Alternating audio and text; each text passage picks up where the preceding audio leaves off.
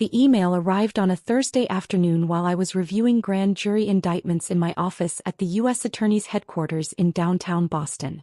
Sarah, your sister Melissa is co-chairing the Children's Hospital Gala on Saturday with Amanda Richardson, Congressman Richardson's wife. This is a critical networking event for Melissa's interior design business. Elite clients will be there. You are not to attend. Your presence would be embarrassing given your situation. Melissa has worked too hard to have you ruin this for her. Mother. My situation. That's what Mom called it when I'd left my job at Morrison & Price, one of Boston's most prestigious corporate law firms, 3 years ago. I'd been on the partner track. Corner office in sight. $320,000 annual salary. I'd walked away to become an assistant U.S. attorney, making $147,000 a year to prosecute federal crimes. You're throwing away your career, Mom had said. For what? To play hero. To do work that matters, I'd replied. She'd hung up on me. My younger sister Melissa had been thrilled. With me out of the successful spotlight, she could finally shine. She'd built a boutique interior design firm, catering to Boston's elite. She networked at charity galas, joined the right clubs, married the right man, Connor Walsh, a hedge fund manager. They lived in Beacon Hill. They vacationed in the Hamptons. They were exactly what our family wanted. I lived in a modest condo in Cambridge. I worked 70-hour weeks prosecuting organized crime, corruption, and financial fraud. I had a security detail because I'd received death threats from 3 different criminal organizations. But Mom called it throwing my life away. I deleted her email and returned to the RICO case on my desk. We were 3 weeks from trial against a Boston crime family. The evidence was solid. We'd secured cooperation from 2 mid-level associates. Convictions seemed likely. My phone buzzed with a text. Melissa, Mom told you about Saturday, right? Please don't come. Amanda Richardson is everything for my business. Her friends are my target clients. I can't have my prosecutor sister scaring everyone away. I typed back, congratulations on co-chairing. Hope it goes well. Melissa, that's not an answer. Promise me you won't show up. Sarah, I won't crash your event, Melissa. Melissa, good. Because honestly, Sarah, you made your choice. You chose criminals over family. Let those of us who made smart choices have this. I set the phone down, trying not to let it sting. My paralegal, Kevin, appeared in my doorway. The Richardson documents just came in. The Congressman's financial disclosures for the past 5 years. You wanted them for the Phillips corruption case. Leave them on my desk. Thanks. He paused. You okay? You look annoyed. Family stuff. The why aren't you making more money conversation. The stay away from my important event conversation. Kevin winced. Ouch. For what it's worth, boss, you're prosecuting people who've terrorized communities for decades. That's worth more than any corner office. After he left, I picked up my phone and scrolled through my contacts to Amanda Richardson. Amanda and I had been roommates at Harvard Law. We'd studied together, survived 1L together, supported each other through the brutal competition. After graduation, she'd clerked for a federal judge, then married James Richardson, now a U.S. congressman representing Massachusetts's 5th District. We'd stayed close. Coffee every few months. Text checking in. He knew about my work. I knew about her advocacy for children's health care, her foundation work, her role as a congressional spouse. But my family didn't know we were friends. They'd never asked about law school. Never asked about my life in those 3 years. They'd been too busy being disappointed I'd chosen Harvard over Yale, where Dad's college roommate was on the board. I pulled up Amanda's last text from 2 weeks ago. Amanda, lunch soon? I miss you. Also, random question. Are you related to Melissa Chin? She's co-chairing the hospital gala with me. I'd responded, yes. My younger sister. How's that going? Amanda, she's enthusiastic. Talks a lot about connections and networking opportunities. Very different energy from you. Sarah, we're very different. Amanda, I'll say. Listen, you should come to the gala. I'd love to catch up, and it's for a good cause. Sarah, I'll think about it. Now, staring at Mom's email and Melissa's text, I made a decision. I texted Amanda. Is the invitation still open for Saturday? Amanda, absolutely. I'll add you to the VIP list. Sarah, I'm so glad you're coming. Sarah, one question, does my family know we're friends? Amanda, your sister? No, I don't think so. She's never mentioned you except to say you work in law enforcement. Why? Sarah, long story. See you Saturday. Growing up, I'd been the golden child until I wasn't. Valedictorian. Harvard Law. Federal clerkship with Judge Patricia Morrison of the First Circuit Court of Appeals, one of the most respected judges in the country. Then I'd made my mistake.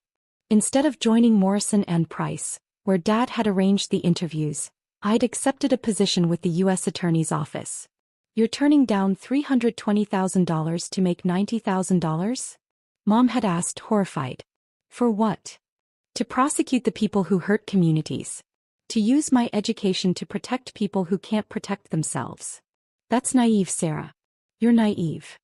Melissa, 23 and fresh out of design school, had smiled. Finally, she wasn't in my shadow. Over the next 3 years, I'd built a reputation. I'd successfully prosecuted a state senator for corruption. I'd taken down a human trafficking ring. I'd secured convictions against organized crime figures who'd operated with impunity for decades. Last year, at 32, I'd been promoted to Senior Assistant U.S. Attorney. The U.S. Attorney himself had recommended me for a federal judgeship when the next vacancy opened. But my family only knew I'd left the good job. They didn't know about the commendations. The cases that made the New York Times. The fact that defense attorneys who'd once been my peers now called me one of the best prosecutors in New England. They'd never asked. Amanda Richardson knew. She texted me after every major case. Saw the news. You're incredible. When I'd received a death threat serious enough to warrant FBI protection, she called immediately. Are you safe? What do you need? That's what real friends did. Friday evening my phone rang. Sarah, I'm so excited you're coming tomorrow. But I need to warn you. Your sister has been telling people she's the successful Chin sister, with the important career. I don't think she knows what you actually do. She knows I'm a prosecutor. She told someone you work in local law enforcement. Sarah, you're a federal prosecutor. You work for the U.S. Attorney's Office. Those are very different things. I haven't corrected her. Why not? Because I got tired of defending my choices. Let her think what she wants. Amanda was quiet. You know James and I are hosting, right? If your family treats you poorly tomorrow, I won't tolerate it. You're my friend. You're also one of the most accomplished lawyers I know. Amanda. I mean it. You clerked for Judge Morrison. You've prosecuted cases that changed policy. The Attorney General mentioned you in a speech last month as an example of excellence in public service. I'm not going to let your family diminish that. After we hung up, I sat in my quiet apartment, wondering if attending was a mistake. My boss, U.S. Attorney Richard Chin, no relation, had a different perspective when I'd mentioned the gala during our weekly briefing. You should go, he'd said. Amanda Richardson is an important advocate for issues we care about. Her husband sits on the House Judiciary Committee. These relationships matter. My family will be there. The family that doesn't speak to you because you chose public service?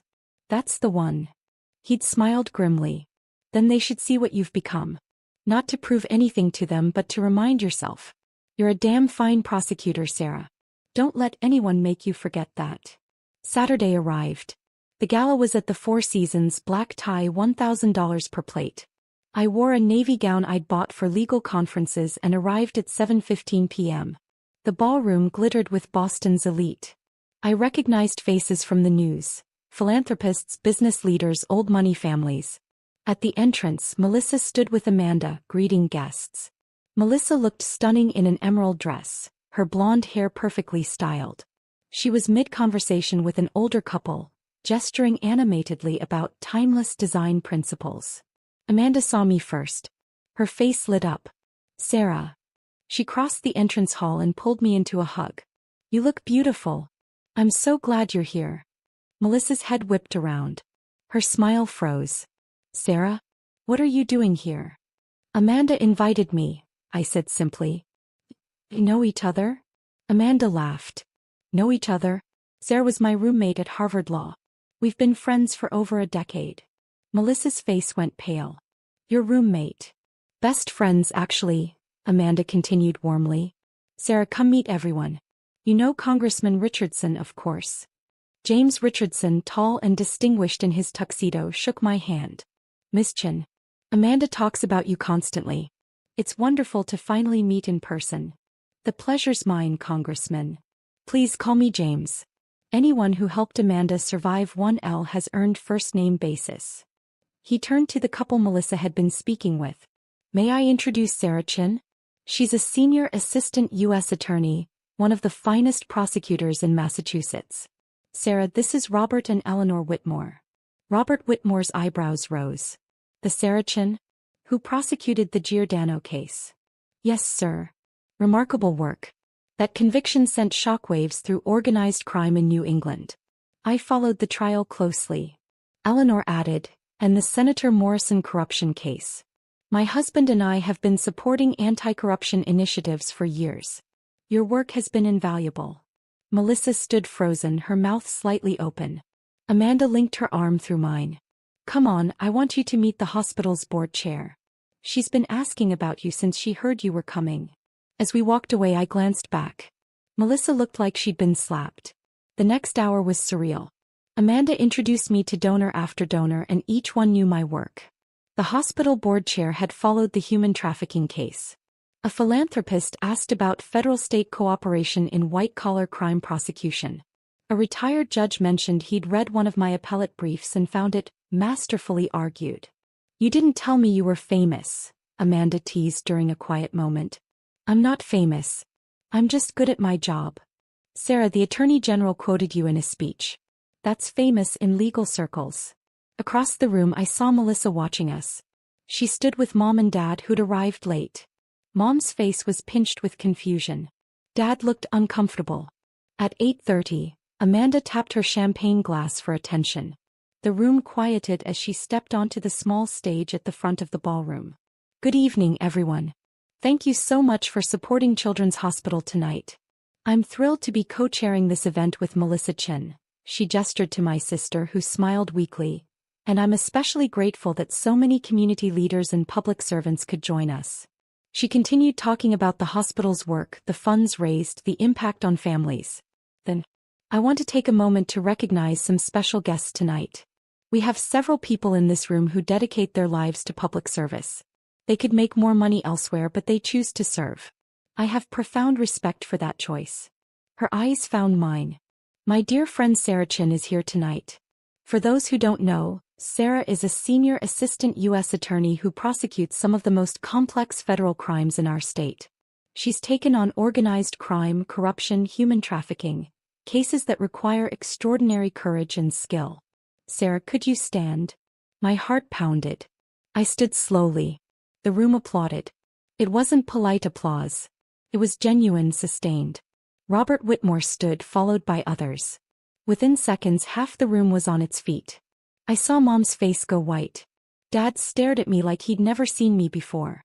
Melissa looked like she might cry. Amanda waited for the applause to die down. Sarah clerked for Judge Patricia Morrison, one of the most respected jurists in the country. She graduated from Harvard Law with honors. She's been recommended for a federal judgeship. And she's also my best friend from law school, the person who helped me survive the hardest 3 years of my education. She raised her glass. To public servants like Sarah, who remind us that success isn't measured in dollars but in impact. Thank you, Sarah, for everything you do. Another round of applause.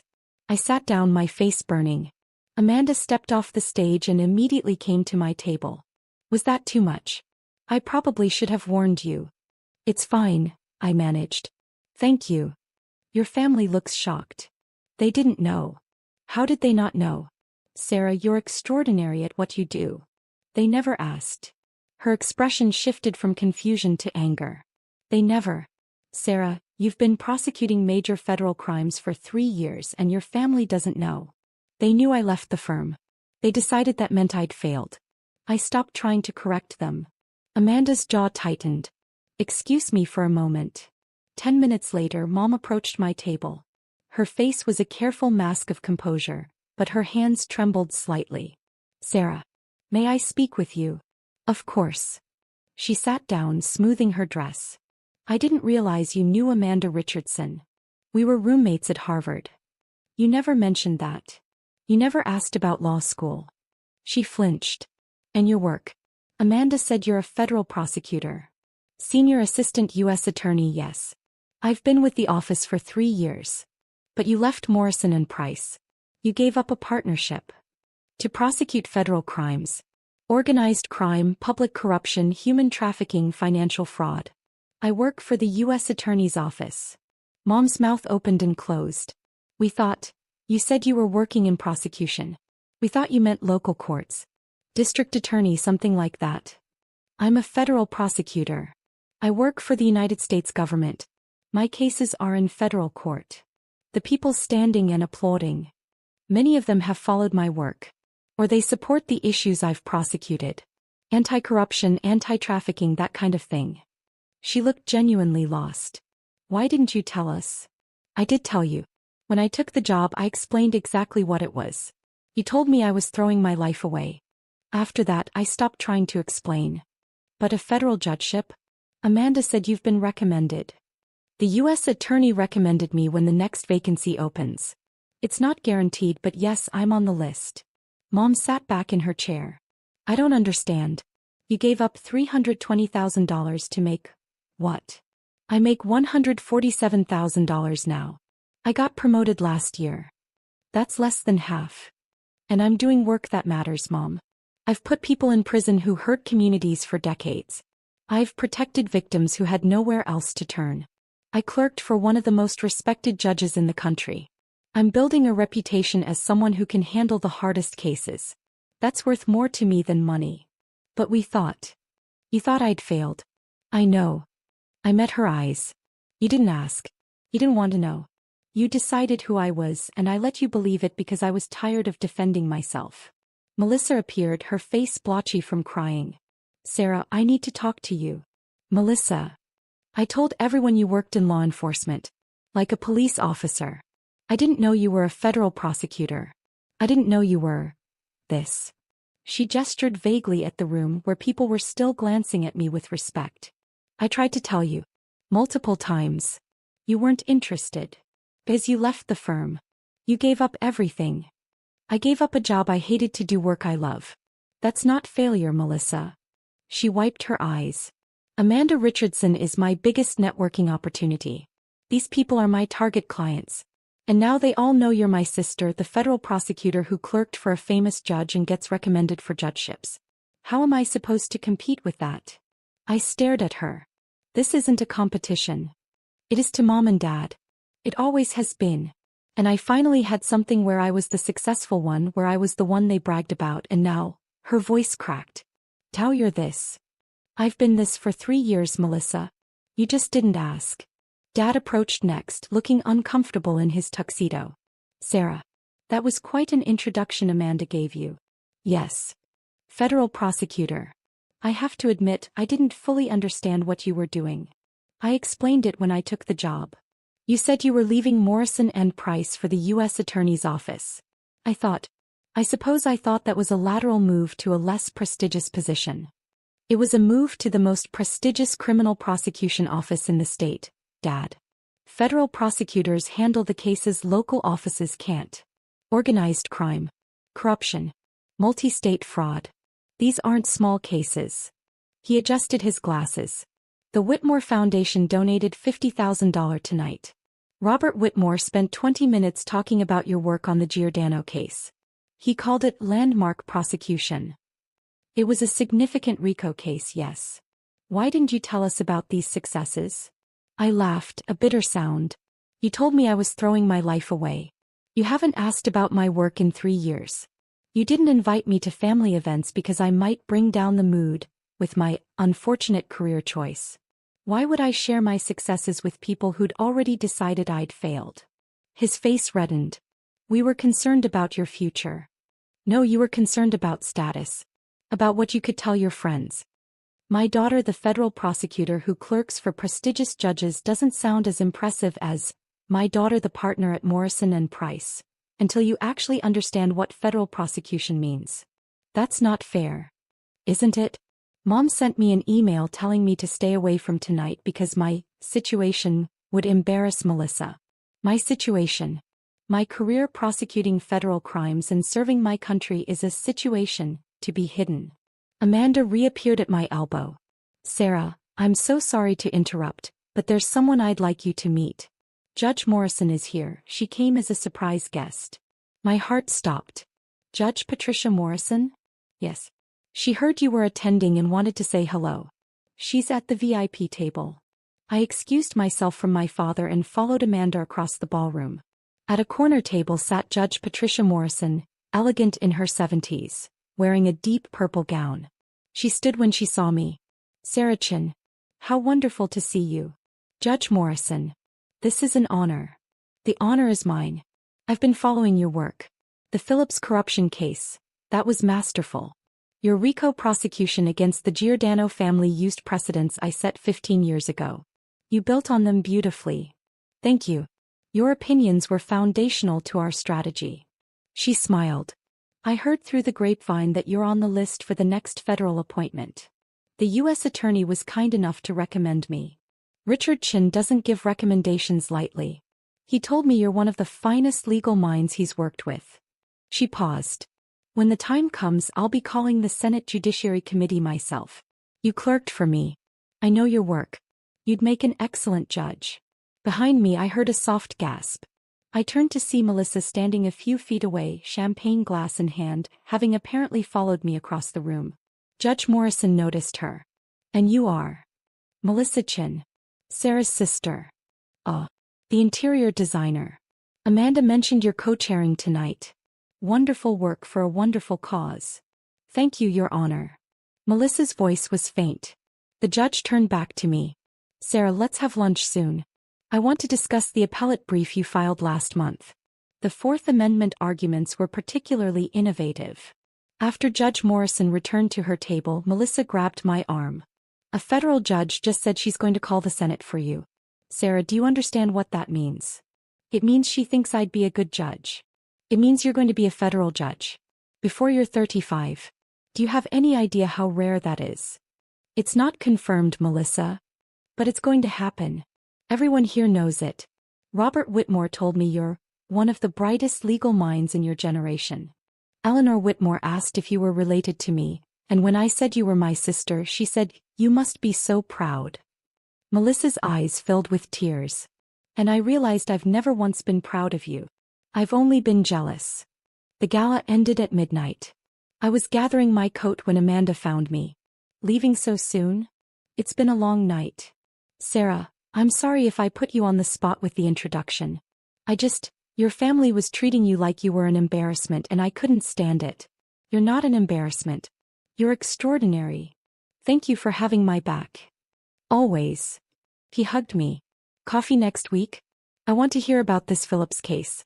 James is fascinated. He's considering legislation based on the corruption patterns you exposed. I'd love that. As I turned to leave, Mom appeared one more time. Sarah, may I drive you home? I'd like to talk. I have my car. Please. We drove through Boston in silence for 10 minutes before she spoke. I owe you an apology. A significant one. Mom. No, let me finish. Your father and I have spent 3 years treating you like you'd made a mistake. Like you'd thrown away your potential. Tonight I watched federal judges, congressmen, philanthropists, and some of the most powerful people in Boston treat you with genuine respect. Not because of money or status, but because of your work. Because you're good at what you do. Because what you do matters. I didn't respond. Judge Morrison clerked for Supreme Court Justice William Brennan. Do you know that?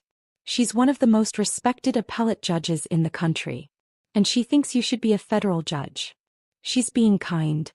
She's not kind, Sarah. I looked her up while you were talking to the Whitmores. Judge Morrison is known for being brilliant and exacting. If she says you should be a judge, she means it. We stopped at a red light.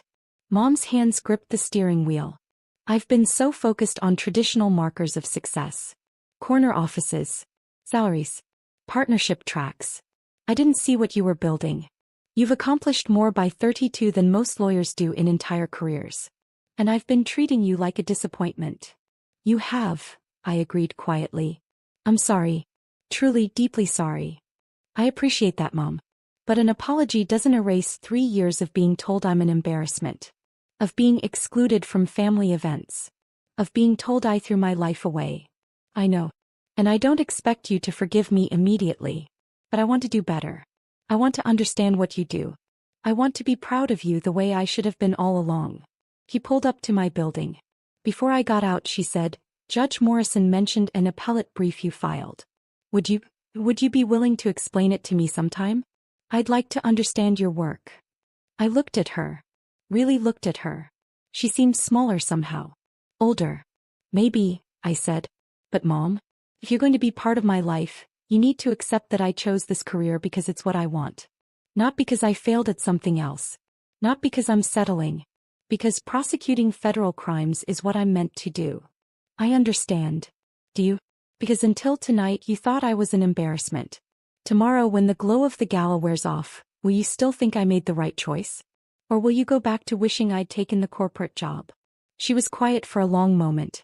Tonight, I watched my daughter receive a standing ovation from some of the most influential people in Boston. I watched a federal judge, the judge you clerked for, say she's going to recommend you for an appointment. I watched the congressman's wife call you her best friend and introduce you as one of the finest prosecutors in the state. And I realized I've been measuring success with the wrong ruler. That sounds nice, Mom. But words are easy. 3 years of actions say otherwise. Then let me show you through actions. Starting tomorrow. Starting now. I got out of the car emotionally exhausted. Good night, Mom. Sarah? One more thing. Melissa is devastated. Not because you outshone her, though you did, but because she realized she's never really known you. None of us have. We've been so busy judging your choices that we never asked who you actually are. No, I agreed. You didn't. Sunday morning I woke to 15 missed calls and 43 text messages.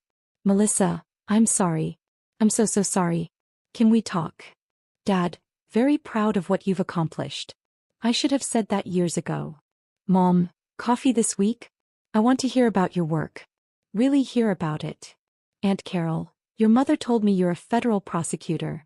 Why didn't anyone tell me? Amanda, people are still talking about you. Robert Whitmore's foundation wants to discuss supporting federal prosecution initiatives. Call me. And one from Judge Morrison's clerk. Judge Morrison would like to schedule lunch. Please contact Chambers to arrange. I ignored most of them and went for a run along the Charles River. When I returned, Kevin had texted. Kevin, boss, you're trending on legal Twitter.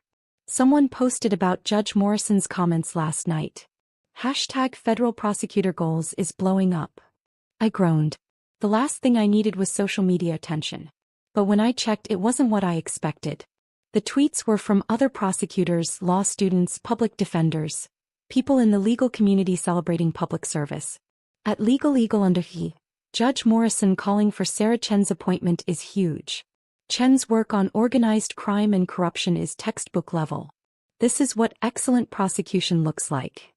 At Harvard Law 2L, just read about Sarah Chen. Federal prosecutor at 29, recommended for judgeship at 32. She's the reason I want to do public interest law. At public defender, Chen and I are on opposite sides, but I respect the hell out of her work. Fair, ethical, brilliant. She'd make an outstanding judge. My phone rang. U.S. Attorney Richard Chen. Sarah, I'm getting calls about last night. What happened? Amanda Richardson introduced me at a charity gala. I got more attention than expected. He laughed. Judge Morrison called me this morning. She's moving forward with her Senate recommendation. She said, and I quote, Sarah Chen is exactly the kind of prosecutor who should be on the bench. Smart, principled, and unafraid of hard cases. Sir, I don't know what to say. Say you'll accept if the appointment comes through. We need judges like you, Sarah. People who chose this work because it matters, not because it's a stepping stone. After we hung up, I sat on my couch processing. 3 years ago, I'd walked away from prestige and money to do work I believed in. My family had called it a failure. They'd excluded me, dismissed me, treated me like an embarrassment. But I'd built something real. I'd prosecuted cases that changed lives.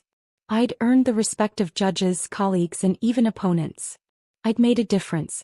That was what success actually looked like. On Monday, Melissa showed up at my office unannounced.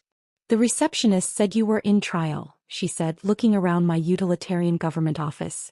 But your paralegal said you had 15 minutes between sessions. What are you doing here? I came to apologize. Actually apologize, not just text you. She sat down without being invited. Sarah, I've spent 3 years thinking I'd finally escaped your shadow. That I was the successful one, the one mom and dad were proud of. And then Saturday happened and I realized I've never been in your shadow. I've been living in complete ignorance of who you actually are. Melissa. No, let me finish. You prosecute organized crime. You put mobsters in prison. You've had death threats serious enough for FBI protection. I saw the security detail outside this building, Sarah. You're doing actual, dangerous, important work. And I've been calling you a failure because you don't make as much money as I wanted you to make. You were focused on different measures of success. I was focused on the wrong measures. Completely wrong. She wiped her eyes. Judge Morrison sat next to me at dinner after you left. He told me about your work. About a human trafficking case where you saved 17 women. About a corruption case that changed state policy. About how you could have stayed at Morrison and Price and made millions, but you chose to serve instead. She said that. She said you're one of the finest examples of what a law degree should be used for. And she asked me if I understood how rare it is to have a sibling who's genuinely changing the world. Melissa's voice broke. I said I didn't. Because I've been too busy being jealous to notice. I didn't know what to say. Can we start over? She asked. Can I actually get to know my sister?